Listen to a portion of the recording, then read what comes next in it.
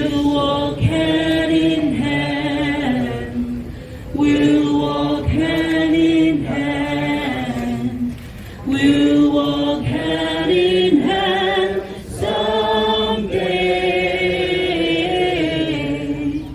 Oh, deep in my heart, I do believe we'll overcome someday. Nagas will be one.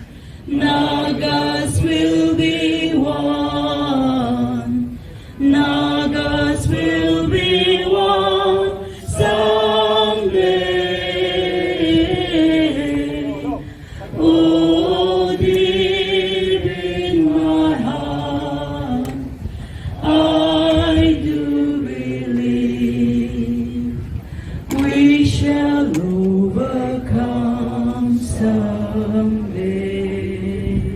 We will live in peace. We will live in peace. We will live in peace. We will live in peace someday.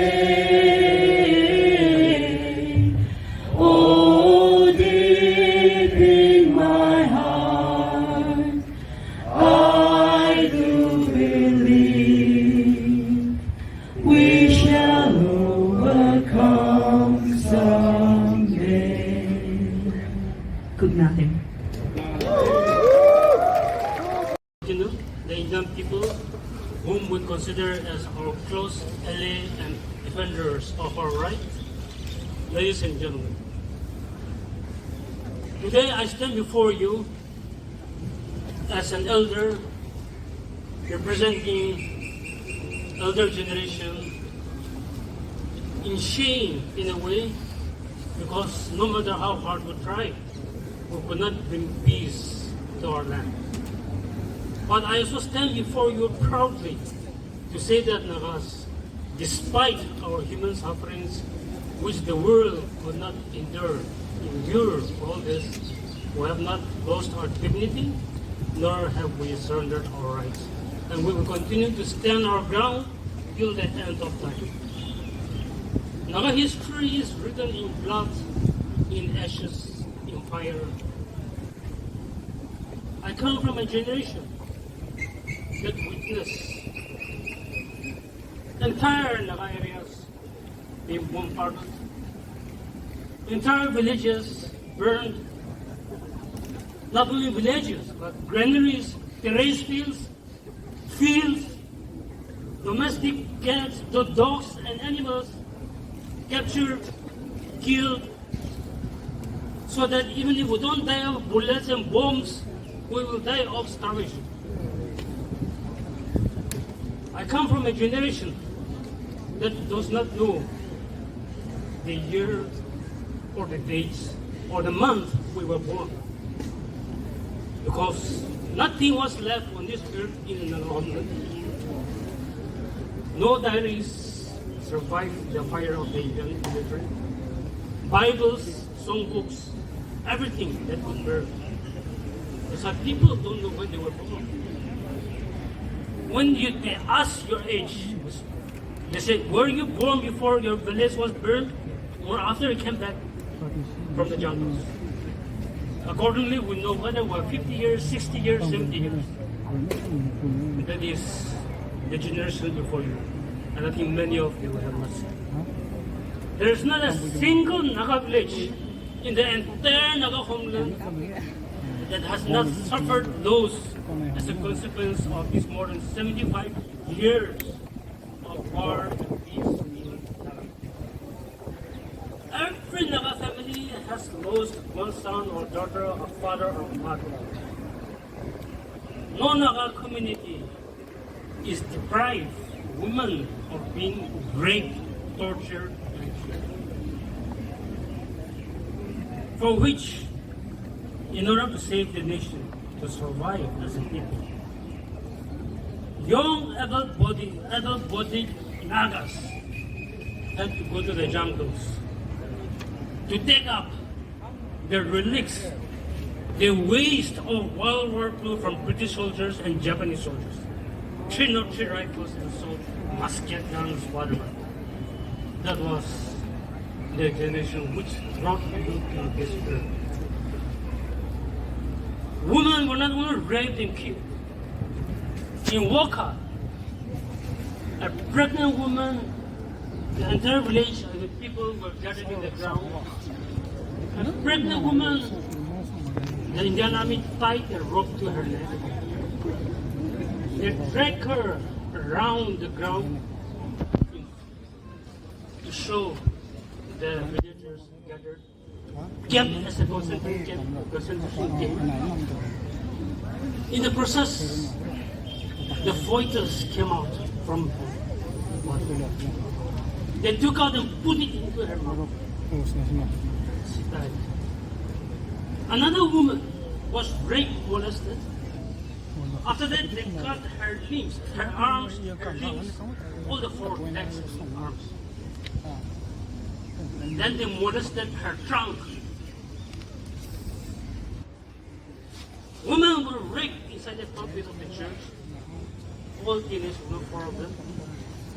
One of them, I suppose, is still alive. Even today.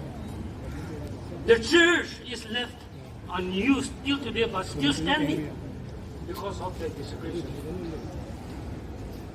In my hometown, Pastor Town, 6 students, all teenagers from 13 years to 16 years old, came to appear exam at Pastor for my high school. Staying in a rented house. 6 of them teenagers. Indian army came and took them away. Not only killed them, chopped them into pieces. Chopped them into pieces, meat. Made meat. Packed in rice bags, gunny bags, bosta, that's what we say. Thrown into the jungles for the animals to eat. But few remains of their bodies were found. But nobody knows which part of whose body was it. No parents knew, no brothers knew, no sisters. These are only small stories. I have my own story. As a small boy of 8 years, my skull was cracked with a stone by the astronomers who just leave their game is just a stone's away from my house. Because I was in the jungle shooting bird. My skull had to be stitched with the hair of horses by one of those predators. When I came of age, the school and college, I started participating in NSF activities. I was, along with my NSF colleagues, arrested in jail for 69 days for saying that I'm a Naga. While registering in a hotel to stay, I wrote my nationality as Naga. Armies, sheriffs, police came, surrounded the hotel, took us, the whole NSF team, 5 of us, put us in jail, and were locked up for 69 days. Just because we didn't want to lose our identity. When ceasefire came into 1996, with all these experiences, knowledge of what has happened in the past, afraid for what may happen to our future generation, we followed the peace process very closely as NSF, as human rights organizations, as mothers, churches, Naga. From day one, we said this ceasefire must work. Because even in the past ceasefire, we've been betrayed again and again. Not only by government of India, but also because of our own inner contradiction by our own people. But that is nothing new. It happens in every society across the world. And so in order to make the new peace process ceasefire work, we did not leave any stone unturned to see that government of India negotiation with Naga leader brings peace to our land. Even in that process, there was argument of ceasefire area coverage. Some Indian leaders say, yes, ceasefire is everywhere. Not only in Nagaland, but here in Delhi, Calcutta, Bombay, even in Paris, in London, wherever Nagas are. But some says, ceasefire belongs only to the people of Nagaland state. The 16,000 square kilometers out of the 120,000 square kilometers Naga homeland. In that process, the Naga women who were denied of this opportunity, Naga women dressed in traditional dress called themselves for a human chain to demand peace. They line up from Mount Kate to Tadabi, saying that peace must prevail everywhere. Indian army came in Naga shawls, different Naga shawls, civilian clothes, jackets, with AK-47 pistols and whatnot hidden under the shawls and jackets. I went up to intervene. Don't disturb people when they want peace. In the process, they started firing at me. One whole AK-47 magazine was emptied in the road, but I managed to run away. But 3 people were not so fortunate. 3 of them were shot, but none of them was killed. I myself suffered some injury from the commander of the army who tried to take me away forcibly. So in order to make peace process, we have not left any stone unturned. We went to the United Nations. We went wherever our voices could be heard. In different parts of India. We came to Delhi. Every Naga civil society. We came to Delhi in 2000, calling it a journey of conscience to India. And to say thank you to Mahatma Gandhi, who understood Naga stories and respected the Nagas as a people. We went and prayed in his graveyard. We sang songs. Though he wasn't a Christian, Lead Gently Light was his favorite Christian song. Nagas practiced that song and sang in his graveyard. Gandhians came and cried. We should have been the person to come to Nagaland to say sorry for what India has done. Instead, you have come to Rajghat, Delhi, who are so ashamed and they cried openly in the ground. We say this is a journey of conscience. When Naga people and Indian people talk and converse, we think we can find peace. Peace will not be handed us to us by government and Indian people. So welcome to reach to the hearts and souls of the Indian people. 25 years now, ceasefire has gone on without conclusion. We also know that it is the division among the Nagas that the government of India has been using as a leverage to further delay the peace process. In our own ways, we reach out to every Naga leaders. Those days, there were only 3 factions. 2 in NCN, both outside Nagaland, 1 in Burma, 1 in Asia, 1 in London. We reach out to all of them. They said, please come together for the sake of future negotiations. Now we have 15, 16 factions. The more we try to unite them, the more we're divided. Yeah, that's it, really. But all this is happening maybe because we ourselves are not honest with ourselves. We are afraid to stand for the truth. Or rather, let me say, we want to be safe by hiding from the truth. If you look at the Naga society today,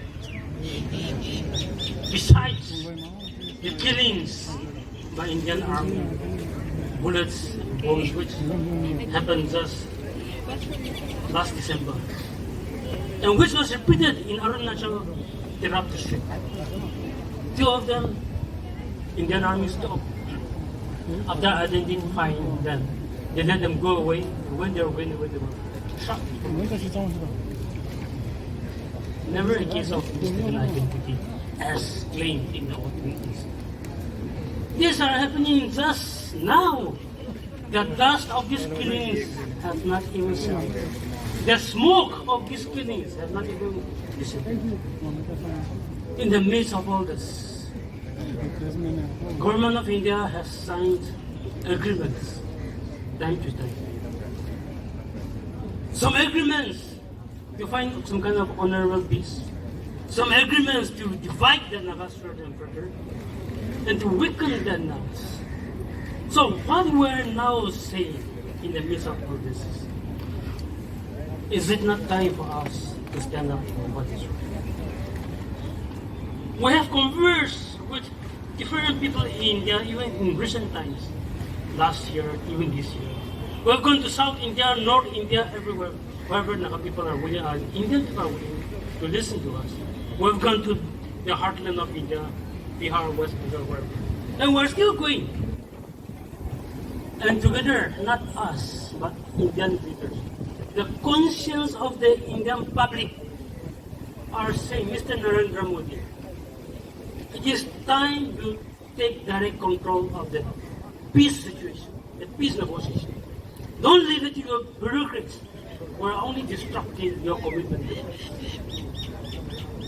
Ever since ceasefire came till today, on behalf of Naga Civil Society, I have met every Prime Minister that has come along. Everybody says, we want peace to come to Nagaland. We want peace. We want peace. When the Prime Minister says peace, the Home Minister will wage war. And the Indian soldiers will kill any Naga that is in the street of Nagaland or in the jungle, when it suits their purpose. But in the midst of all this, why peace continue to elude us? Besides the division that the government of India has planted in us, Nagas are happy stooges of this divisive rules. Some of the languages and words that have been used by our own Naga against our Naga negotiators and our Naga people on lines of geography or whatever, they are much more violent than the bullets and the bombs that kill and destroy our houses and homes and kill our people. The words of our Naga people, they're much more violent than those bullets and bombs. Today I stand here, I have maybe my generation have failed. It is your day today, it is your word. Tomorrow you will have children, you will have younger generations coming up there. Are you going to leave your faith in future to those of us who are dishonest, who are untrustworthy, who are not afraid to betray? You want to leave your faith in these people? Just as much as the Indians and we are saying, Mr. Prime Minister, please take control of the peace negotiation. I think it's time for me to tell them, today's Naga youth, especially under Naga Students Federation, NSUD, whatever organizations you have, today's youth, don't be caught up in your ego, personal ego, tribal egos, degree egos, whatever ego. Don't be caught up, because you are getting caught up. How long we will dare to scold you or even to guide you or misguide you? I don't know how many elders are guiding you, but I know many elders are misguiding you. So do you want to take control of your own life, your own future? Thank you, brothers and sisters. Are we ready? Yes! Nagas one! Solution! Solution! Solution! Nagas one! Solution! Solution! Nagas one! Solution! Solution! Right. Now, when we say stop militarizing, you say Naga homeland. I will repeat one more time. Stop militarizing, you say Naga homeland. Are we clear? Yes.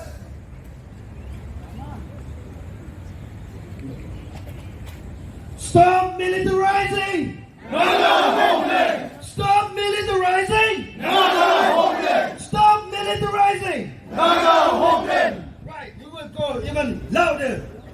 say no peace, you say no justice. When I say no justice, you say no peace. Are we ready? Yes. No peace. No justice. No peace. No justice. No justice. No peace. No justice. No peace. No peace. No justice. Right. Now we will say ASPA, Armed Forces Special Power Act. You say license to kill. You say license to kill, as I call about ASPA. Are we ready? Yes. ASPA. License to kill. ASPA. License to kill. ASPA. License to kill. Great. When I say justice for, you say Oting incident. Oting incident is the word. All right. Justice for. Oting incident. Justice for. Oting incident. Justice for. Oting incident. All right. Now, when I say Nagas will never accept, you say impose solution. Impose solution. All right.